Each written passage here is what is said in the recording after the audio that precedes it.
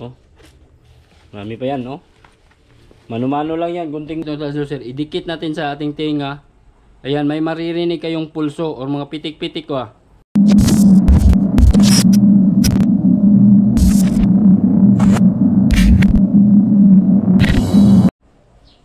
Ooh. 29. Yo mga kasprakatak, magandang hapon. Hapon na nga pala kay mag-alauna naman. Alright mga kaspraki. Ayan, kagagaling ko lang ng Dipolog City.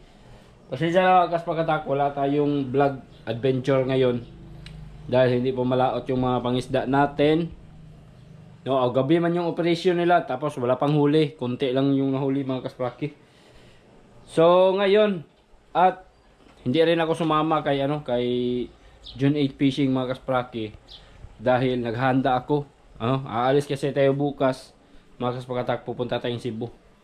So ayan, meron tayong mga stickers sa mga makakilala natin at makasalubong natin, or syempre mag vlog man tayo doon, no, para meron tayong maibigay na stickers para baka magtanong sila kung ano yung YouTube channel natin or Facebook page natin. So yun, di na tayo magsabi, pwede natin hindi na sila sabihin, bigyan lang natin diretso ng stickers para mabisita nila yung YouTube channel natin at saka yung Facebook page. Alright, ayan, marami pa dito mga kaspraki oh. Marami pa yan, no? Mano-mano lang yan, gunting-gunting lang mga kaspraki kay mas mahal man yung makinarya pag natin yung automatic na yung pag-cutting ba, no, machine cutting, mahal man yan. Kaya lang tayo, mano-mano lang tayo at saka sponsored lang yan mga kasprakatak, binigay lang yan sa atin ng ating kumpare.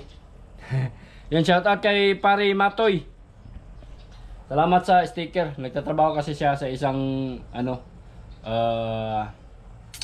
yung paggawaan ng mga stickers, paggawaan ng mga signage, yung ganun. So Art Yards, Art and Advertising. So yun ang nila.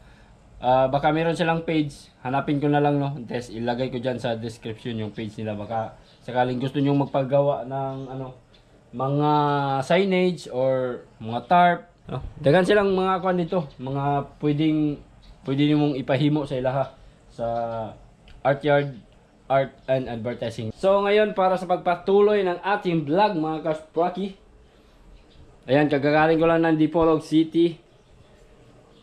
Yan, sorry. Ito mga kaspraki, meron kasing umorder sa atin ng bagong fish finder. So ito yung main topic natin ngayon mga kasprakatak. Isiset natin to habang wala tayong ginagawa, wala akong vlog ngayon, wala akong adventure. Ipapakita ko sa inyo mga kaspraki kung paano ito isetting. Okay, set natin to mga kaspraki kasi merong umorder sa atin. No, nag-pre-order lang ako ngayon mga kasprakatak kasi medyo matumal pa. Hindi ako nag-stock ng marami nito. Kaya kung meron kayong balak umorder nito, sa akin lang kayong pumunta. No, pre-order lang muna tayo. Hindi ako nag-stock kasi mapundo yung puhunan natin mga kasprakatak, kaya pre-order lang muna. So ngayon mga kaspraki, merong umorder nito taga Negros Oriental. Mamaya babanggitin ko yung pangalan, titingnan ko muna sa cellphone ko. Nandun yung pangalan ng umorder. Babanggitin ko mamaya mga kasprakatak pag mag-demo na tayo nito. Okay? So yun, no. Fish finder settings muna tayo mga kaspraki. Hanapin ko lang yung mga kukunin ko lang yung mga kailangan para makapagsimula tayo mag-set. Handa ako ng tripod dito mga kaspraki, okay? Dito magharap man tayo sa inyo. No, magharap ako sa inyo pag mag-demo na ako. No, so bago tayo mag-demo mga kaspraki, ayan, i-unbox ko muna to, tas nagana na tayo ng wire kasi kailangan natin ng power supply at ito lang yung gagamitin kong power supply mga kasprakatak. Okay? So ito lang, no? 12 volts naman yung output nitong power supply na to. Itong adapter na to mga kaspraki. So pwede na to. Ito lang din yung ginamit ko mga kasprakatak pagka meron akong i-demo or kasi kadalasan kasi pag may mga umorder sa akin na fish finder mga kaspraki, ay ipapasit nila bago ipadala sa kanila mga kaspaki. Kaya naggawa talaga ako ng ganito mga kaspakatak. Ayan o. Nag-improvise ako ng wire at saka itong connector. Itong, kung yung ganyan ba o. Para lang to sa disclaimer lang, para lang to sa mga hindi pa alam mag-set ng ganito, fish finder mga kaspakatak. Fish finder, no, Garmin fish finder. Para lang to sa mga hindi marunong mag-set. So, pwede niyo itong tingnan tong vlog ko mga kaspakatak para masundan niyo kung ano yung gagawin niyo, no? At para na rin wala nang tatawag sa akin, pwede nilang tingnan kung dito sa vlog natin kung paano iset yung mga fish finder ninyo mga kaspakatak. Okay, so sa mga gustong umorder, pwede kayo mag-PM sa akin. Mag-message lang kayo. Hindi ako nag-stock, wala akong stock. Meron lang akong source. So pwede akong mag-order lang ako pag merong umorder sa akin mga kaspaki. Yun, magsimula na tayo. Ito, meron na tayong handa, no? Hinanda.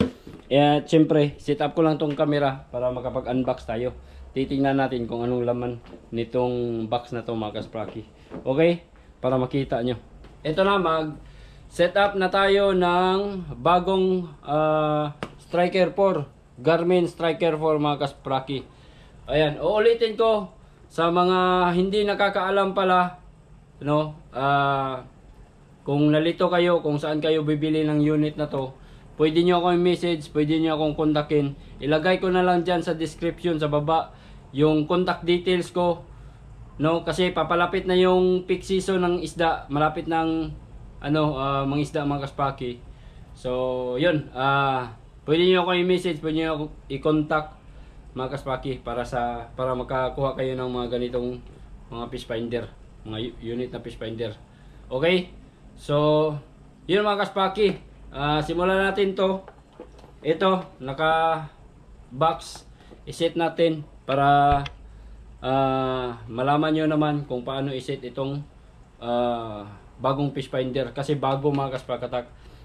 Yung umorder nga pala nito ay taga Negros. At gusto niya ay ipasit muna niya bago ipadala doon sa kanya. So sa mga sa mga hindi marunong mag-set ng fish finder, pwede ko kayong tulungan, no? I-contact niyo lang ako diyan sa baba. So tara, let's go. Set natin to. Pero bago yan, i-unbox muna natin itong mga kaspaki. Kung ano ang mga nilalaman nitong ating box. Alright. So ayan, bagong-bago pa to ha. Hindi pa nabuksan talaga. So tayo pa yung magbubukas mga kaspaki. Titingnan natin kung ano yung nasa loob nitong box na to. Alright. Ayan mga kaspaki. Okay. So syempre, sanay na talaga ako sa kung ano meron sa loob dito. Pero ipapakita ko na lang sa inyo mga kaspakatak. Para na to sa mga baguhan, para sa mga wala pang hindi pa nagkaroon ng ganitong gamit pandagat. So ito yung mga laman talaga sa loob nitong box, no? Pagka kayo mag-purchase o magbili ng bagong fish finder, ito yung laman. So una kong kukunin ay ito mga kaspakatak, ito yung monitor. Ito yung pinaka tinatawag nating fish finder. Ayan, monitor. So dito natin makikita yung display or kung ano yung makita sa ilalim ng dagat mga kaspaki. Dito natin makikita monitor. Alright, so lagay lang natin to dito sa lamesa kasi mag-set up man tayo ngayon. At syempre pangalawa mga kaspraki, ang laman ng pangalawang bubunutin natin ay eto, transducer. So ano ba tong transducer mga kaspraki? Itong transducer, ito yung magiging sensor ng ating fish finder, no? Baliwala ang ating fish finder kung wala ito, kasi ito yung nagsisilbing mata. Ito yung titingin sa ilalim mga kaspraki. Ito yung nagdi-detect sa ilalim pagka meron siyang isda, pero may isda. Pagka meron na siyang isda na makita, ay i-display niya doon sa monitor. Makita niya yung bahura, kung kaya niyang abutin, no, yung ilalim ng dagat or yung seabed, i-display niya doon sa monitor. Mga isda, kung ano pa yung kaya niyang makita mga kaspraki ay i-display niya. Pero hindi yung picture talaga ng ano yung kung ano yung nasa ilalim, hindi picture. Kumbaga ano na siya ba, murag eco bitaw, eco. Alam niyo ba ko yung eco? Yung mga ultrasound, yung mga ganon, parang ganyan lang yung ano niya, ipapakita niya sa monitor. Hindi yung buong picture talaga sa ilalim. Alright, so ito, transducer, sensor mga kaspraki, eco, basta mga eco-eco. Mga eco-eco. Alright, ang pangalawa mga kasprakatak ay ito, power supply. Power supply. Power cord. Hindi power supply. Power cord mga kaspraki. Siyempre naman no. Hindi gagana yung monitor natin kung wala ito. Kasi meron siyang saksakan dito. Dito isasak-sak yung ano mga kaspraki. Tapos itong dulo nito ay i-ano natin sa battery. Doon sa battery yun mga kasprakatak. Gamit tayo ng 12 to 24 volts. Kaya man siguro nito yung ano. Parang hanggang 36 volts yata ito mga kaspraki. Tingnan nyo lang sa manual. Pero kadalasan kasi natin ginagamit nito is ano lang siya, 12 volts lang siya. So 12 to 36 yata yung kaya niyang dalhin mga kaspraki. So kung dalawa yung battery mo, okay lang siguro. Pero i-check, para makasiguro, check natin sa manual. Check natin sa manual. Basta yun ang ano ko mga kaspraki. Pero para sure na lang Jod. Para sure na lang Jod ha. Isang battery lang yung gamitin. Gagana naman talaga siya. Gagana nga siya dito. Power supply mga kaspraki. 12 volts na yung output nito. Ayan. 12 volts 50 60 hertz. 2 amperes lang. Okay. So gagana siya. Ayan. Uy, mahaba na yung vlog natin. At syempre, may mga accessories pang laman. Ito yung stand or mounting. Mount ng ano, tawag dito. Stand ng monitor mga kaspraki para maipatayo niyo naman ng maayos yung monitor niyo. Dili niyo mo ipasandig-sandig sa asa, di ba? So, ang pagkabit nito, ipakita ko lang sa inyo kung paano ikabit. Kabit na lang natin 'to daan, no? Ayan, meron siyang ano dito, may ano siya dito, pwede mo hilain para ito yung nagsisilbing maglalak mga kaspraki. Yung pagkabit naman nito, ayan, meron siyang parang butas dito. At ito mga kasprakatak, may ano, siwil-siwil dire. Saksak lang nimo dia, ganun yung paglagay mga kaspraki. Teka lang ha. Ayun sama ni. Di ba? Ana na siya mga kasprakatak. Matindog na din na siya. Tas kani siya, mo ni siya i-screw nimo dito sa imuhang pambot or dapat may kahoy kasi may mga accessories man to na screws na may mga screws. So kani siya mo itapatapot nimo dito sa imong kahoy or sa imong pataptan dito. Basta na ni siya i-screw mga kaspraki. Ang pagtanggal naman ito, tanggalon sa nato balik ha. Alright mga kasprakatak, ayan, natanggal ko na siya. So ganito yung paglagay niya Meron siyang parang space dito.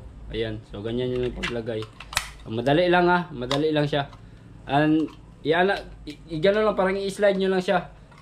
May hihilain kayo dito may siwil gamay. Hilain nyo lang para madali siyang tanggalin. Ayan, nagbulag na. Tapos ito yung i-screw nimo dito sa kahoy, sa plywood or sa kahoy dia butanganan nimo. Muna siya i-screw tas ana nimo siya.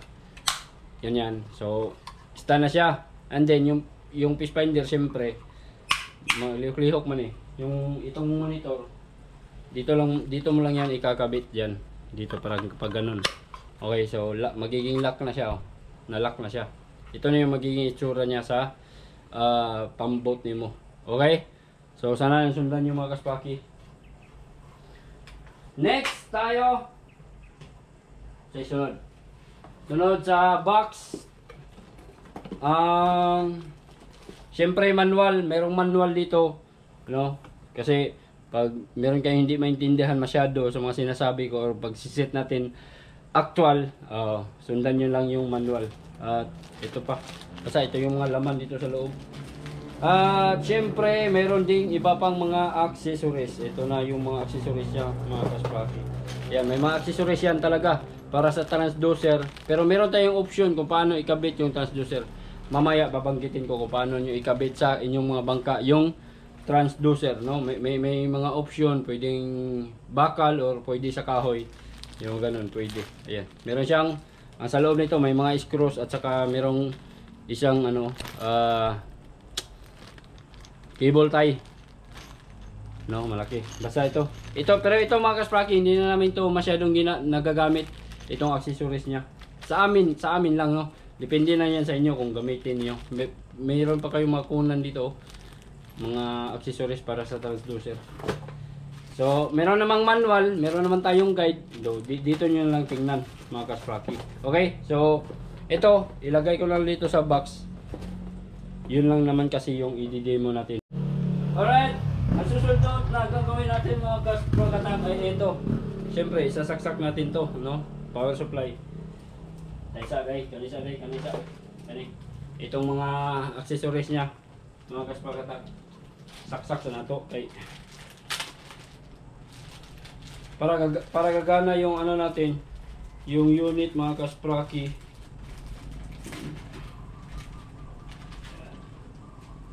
Ito yung power cord, no? Power cord or ayan.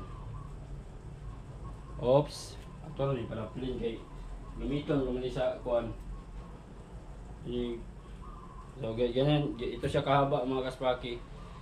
Yan, meron siyang fuse dito, lagayan ng fuse. Ito yung fuse, no? So ito yung unang gagawin natin mga kasprakatak. Pagka hindi gumana yung fish finder, check nyo yung fuse dito. Pag hindi gumana, natatanggal naman to. Pwede nyo i-check yung fuse dito. Ito, bago man to.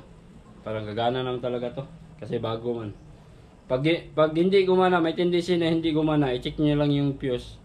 Ito talaga yung unang i-check nyo, yung power supply niya. Okay? So ayan mga kaspraki, isaksak ko na ito sa outlet natin. Outlet. So siga na itong power supply. Ang output nito is 12 volts. Okay. Ayan. Nag-improvise talaga ako ng ganito mga kasprakatak para pang demo ko to, pang testing. Oh, hiwala yan. Oh, red and black indicator para di pwedeng baliktarin. Okay, so ikakabit ko dito mga kaspraki yung wire. Ang gagamitin lang pala natin dito is yung kulay pula at saka itim. Wag na natin gamitin itong brown at blue, kay pang ano man to, yung tinatawag na NMEA, iwan ko lang, basta yun ang pagkakaintindi ko. Para sa ano yan, navigation. Okay, so ikabit lang natin red to red, black to black para hindi magkabaliktad. Red to red, black to black. Okay, tayo sa ayan mga kaspraki, red to red, black to black. So ito na. Ayan mga kaspraki, itong power supply natin, dito natin isasaksak. Ayan, meron naman indicator dito sa likod nitong monitor. May power dyan, no? Ayan, may pangalan, power. Okay, saksak natin. Power. At syempre, saksak din natin itong ano mga kaspraki, itong transducer. Ayan. Saksak din natin to kay para gagana talaga. Di ba? Para makita talagang kuan ba? Makita po sa customer natin na gumana ba or kuan. Atuloy butang sa ubos. Paubos na nato kay atong paano ng wire na asol. Kay magliyok-liyok, irog-irog man ta. At itong dulo ng ano mga kasprakatak ng transducer ay dito natin isasaksak sa may nakapangalan na XDCR. Okay? Hindi man ito papasok kasi may guide, hindi ito papasok pag mali yung pag ano mo mga kaspraki, pag Pag duot-duot ba, pag ana-ana ba, mali wag ana-ana. May guide yan. Okay? So hindi yan papasok pag mali yung pag ano mo mga kasbaki. Alright? So ayan, nakasaksak na transducer at saka yung power. Yan lang, dalawa, ito lang dalawa yung ano natin gagamitin para gumana itong ating monitor. Okay, so pwede nating i-on yan mga kaspraki. Okay, tingog no? Na? O, tingog. Ayan, nag-on na siya oh. Kita nyo ba? Sana makita mga kaspraki. Tingnan ako sa likod be. Kita naman na ini. Layo ba no? Lantaw-tawa lang yun daw, layo. Pasensya na yun. Alright. So yan. Oh, ito yung unang lumabas, naka-highlight yung English. English natin yan mga kaspraki. Yan, store demonstration. Huwag na nating i-on mga kasprakatak. Explain ko sa inyo kung naka-on yung store demonstration. Yung gagana nito ay kung halimbawa, ang gagana nitong store demonstration pag i-on natin yan mga kasprakatak ay yung demo nitong fish finder mismo, no? Kumbaga sa kanilang company pa siguro, no? 'Yun ang gagana. Matingala ka. Bakit dili mo lihok, walay isda, perminting na makitang isda or mag-usub-usub ana kasi naka-demo mode siya. So i-off na lang natin yan mga kasprakatak. Check lang. Dapat naka-off yung store demonstration. Okay? So dito tayo mga kaspraki, next step natin. Una natin gagawin, system units muna tayo. Gagawin natin yung custom. Mag-customize tayo, mag-set tayo ng sariling settings natin. Ayun mga kasprakatak, alam nyo naman, tested na sa amin yan mga kaspraki. Kasi matagal-tagal na rin kaming gumamit ng unit na to. Kaya biyasa na ako at meron akong experience ba sa ganitong bagay mga kasprakatak. Kaya yun. So sundan nyo lang tong steps na to. Step by step to mga kaspraki. Step by step. System units. Gawa tayo, customize tayo ng settings natin. Alright. So dito tayo sa custom. Ayan o, nakasulat dyan. Statute, metric, nautical, and custom. Mag-customize tayo ng settings. Okay? Custom. Ayan mga kaspraki, dito na lalabas yung deep, temperature, distance, visual speed, elevation, or next. So dito muna tayo sa deep mga kaspraki. Ayan, sana masundan. Kung hindi nyo masundan, balik-balikan nyo na lang para maintindihan nyo talaga ng masyado. Okay?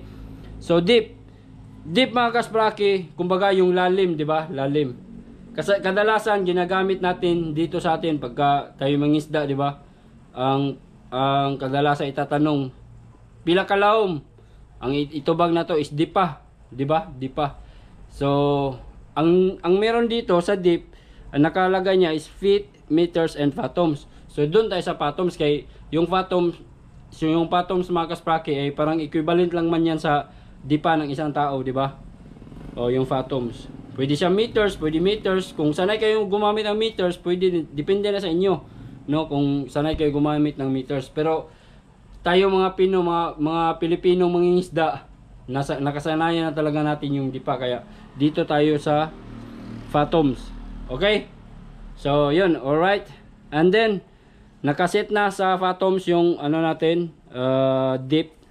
Dito na naman tayo sa temperature. So, temperature, gawin lang natin yan ng degree Celsius. Ewan ko lang, basta mo na yung kuhan sa eskwelahan na to. Fathoms and Fahrenheit man siguro ni. Fahrenheit and Celsius. So, degree Celsius naman tayo. Distance. Okay, dito tayo sa distance. Sa distance mga kasprakatak, nakadepende din yan sa inyo kung ano yung mas maganda ninyo gamitin, no? Pwede ba kayong gumamit ng miles? Mga miles siguro, kadalasan gagamitin sa miles, ang gumagamit sa miles is yung mga puti, mga Amerikano or mga ibang bansa.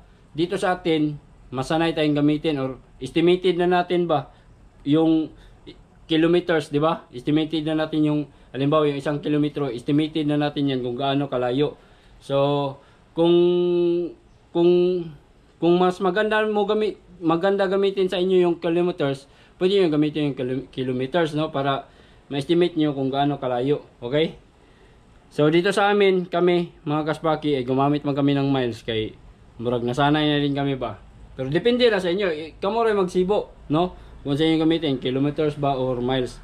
So miles na lang kami, o miles na lang ako, ang isit ko dito kay gigamit na mo is miles man. Okay?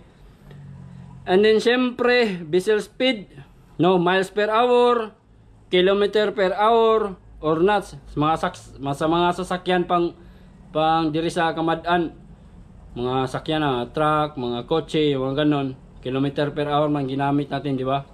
So pwede din, depende rin sa inyo kung gamit ba kayo ng miles per hour ba, kilometers per hour, or knots. Pero dagat man ta, no? Kadalasan dagat. So mo na po, pilay dagat na, basta dagat, no? G's or 12, 13, mga 13 or mga 15, kusog na kayo na, mga G's, kusog na kayo ng G's, kusog na kayo ng G's, dagan, no, nuts. Muna po na sa mga dre, basta mga bangka, nuts ang gamiton. So, estimated na po na sa mga kung unsa ka kusog ng numbers sa nakabutang di sa nuts. Okay, so nuts na lang ang gamitin natin. Okay, and then elevation, wala, okay na yan mga kaspraki. Next na, time format, dapat naka 12 hour kaya siyempre 12 hour man yung ano natin dito. Pwede 24 hours pero malibog mga kay ang alauna mahimo man ng 13, ang alas 2 mahimo 14, makalibog na.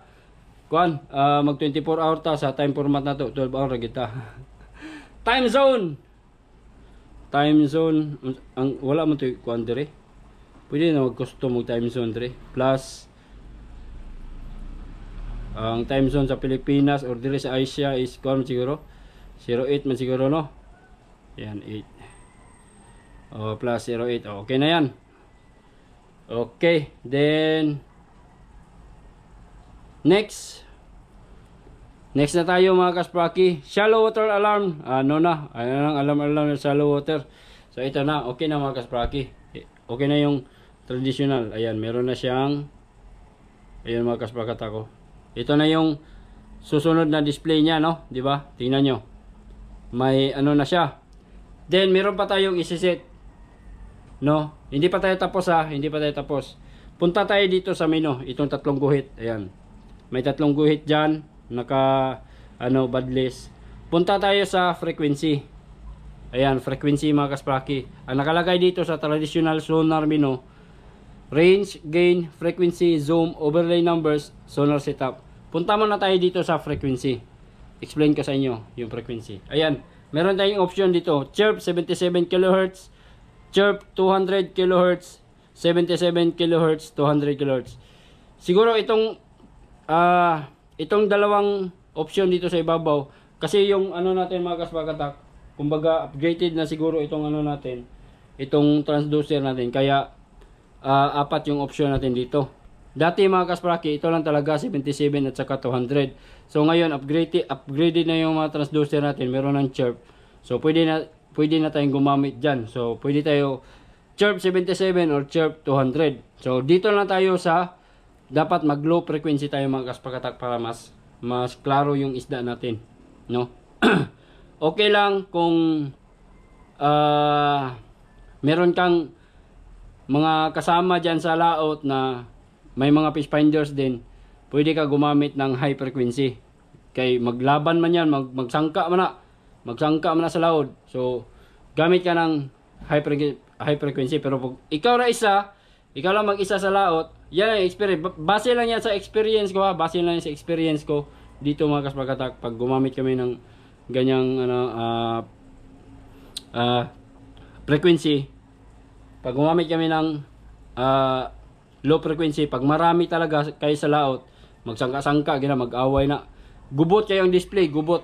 Pero, mailan nagyapon ni mong isda, no? Mailan nagyapon ni mong isda. Okay, so, chirp 77 na lang tayo. And then, overlay numbers, kaligtaan na natin yan. Hindi na yan importante. So, dito tayo sa sonar setup mga kaspraki. Depth line, no, naka-hide lang natin yan. Scroll speed, yung takbo nitong fish finder mga kaspakatak.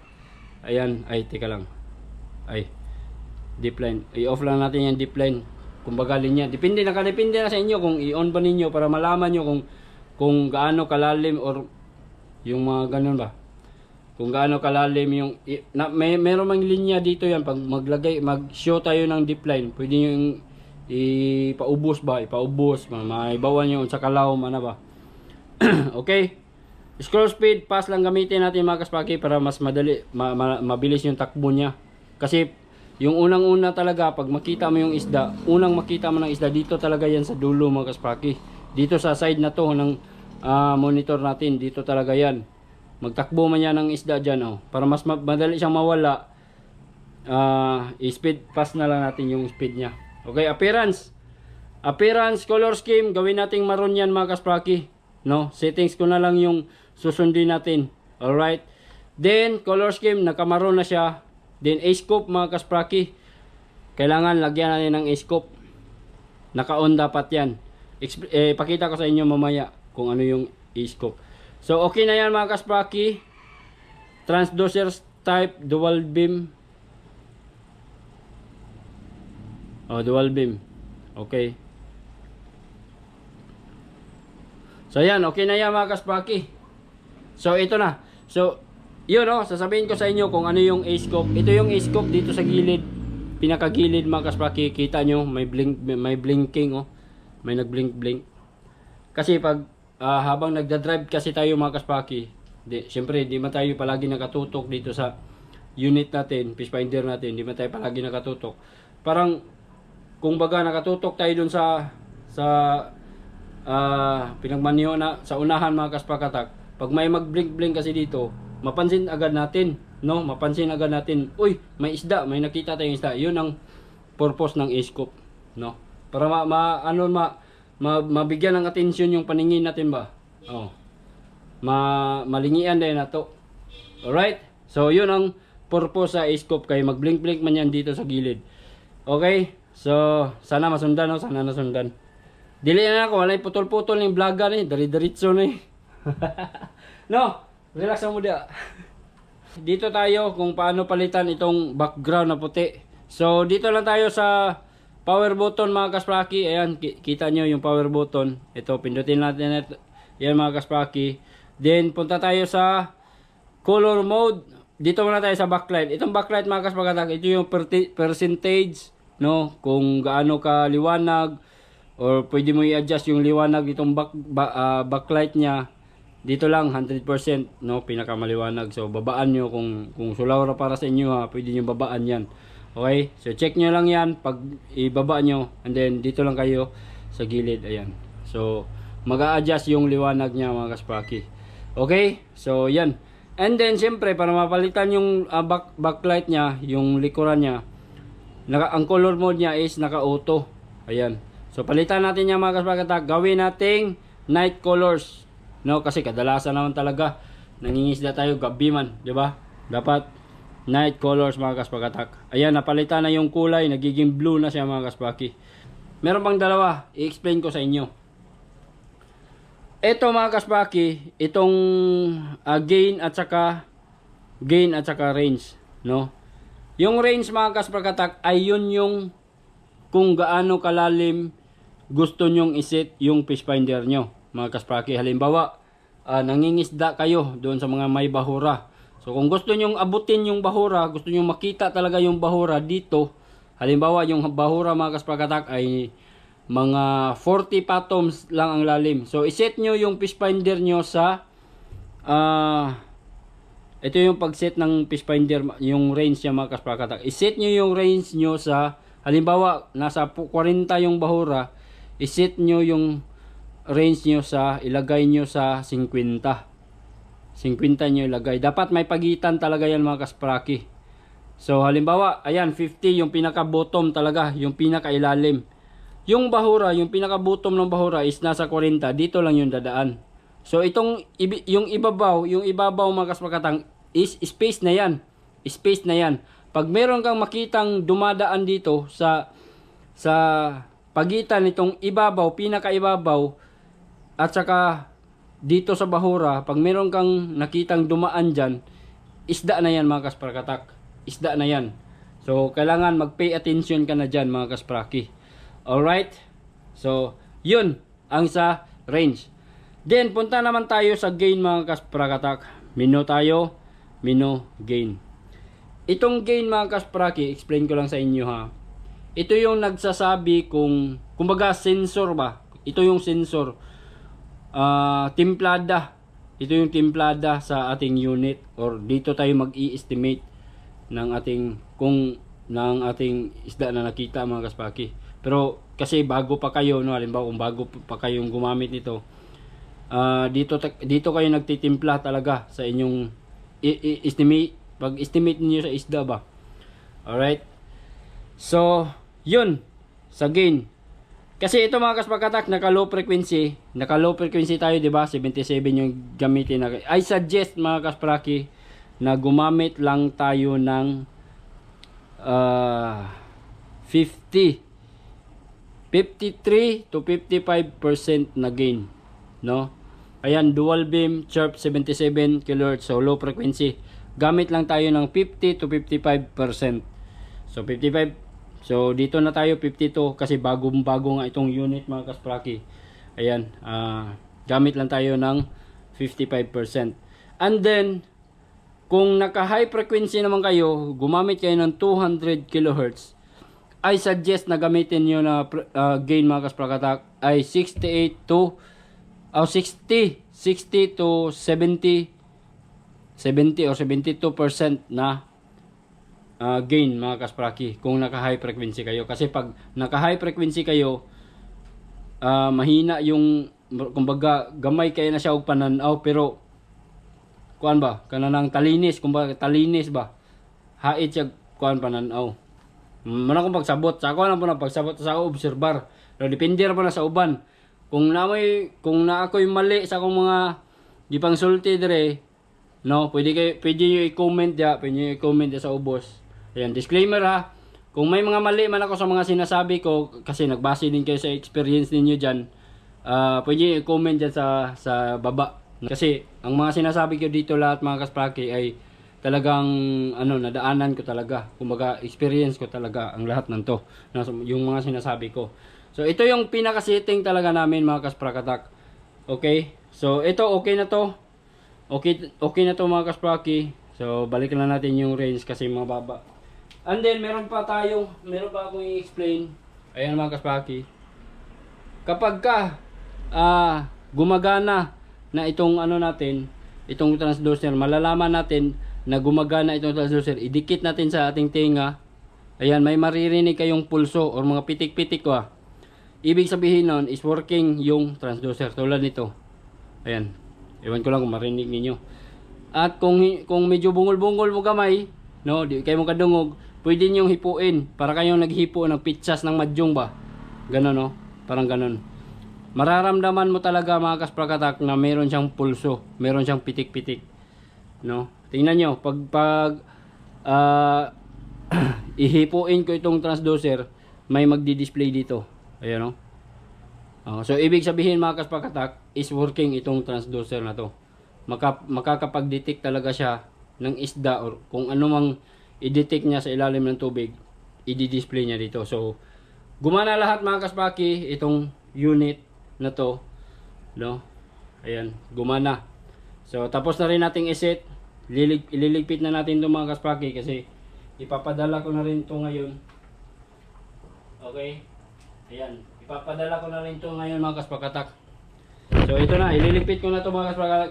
Ibalik ko sa box ng maayos. At dun nagtatapos yung ating tutorial kung paano natin iset. Pasensya na, medyo kiparingit ko.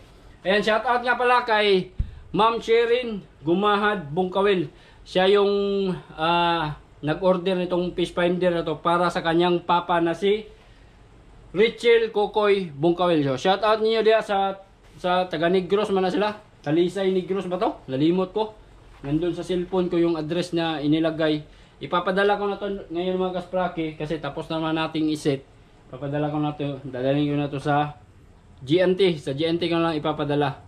Okay? So, yun lang mga kasprakatak. Maraming salamat. Sana nasundan nyo yung settings natin. Di ko na lang masyadong edit. Di na kayo na kung masyadong i-edit pa para di nyo makita ba nga na ako'y giusok. Ano lang, pag wala kayong masyadong maintindihan sa explanation ko dito, pasensya na talaga, hindi naman tayo perfecto, no. Pag hindi nyo masyadong naintindihan, pwede nyo pa rin akong i-message, pwede nyo pa rin ako i-contact. Basta maglalagay ako ng contact details ko dyan sa, sa description. Okay? So, yun lang mga kaspraki. Maraming salamat. Di ko na ipakita. Paano pagligpit ito? Lantaw na ito ni kanina. Masyado na haba itong vlog natin. Thank you so much. At thank you din kay ma'am, kang Sir Kukoy o kang ma'am Chirin. Thank you sa tiwala. Thank you sa pagsalig. Ayan, ipapadala ko na to ngayon. Kay yun man ang request ninyo na isitdaan bago ipadala sa inyo. Okay, thank you so much. Yun lang mga kasmagatak. Maraming salamat. Oy, abangan nyo yung ko sa Cebu ha. Mga vlog natin doon sa Cebu. Magsuroy-suroy ta. Pupunta ako bala akong pumunta sa yung mga isda-isda dito ba. Alright, so yun lang mga kasmaki. Maraming salamat. See you na sa next video. Bye-bye. Thank you.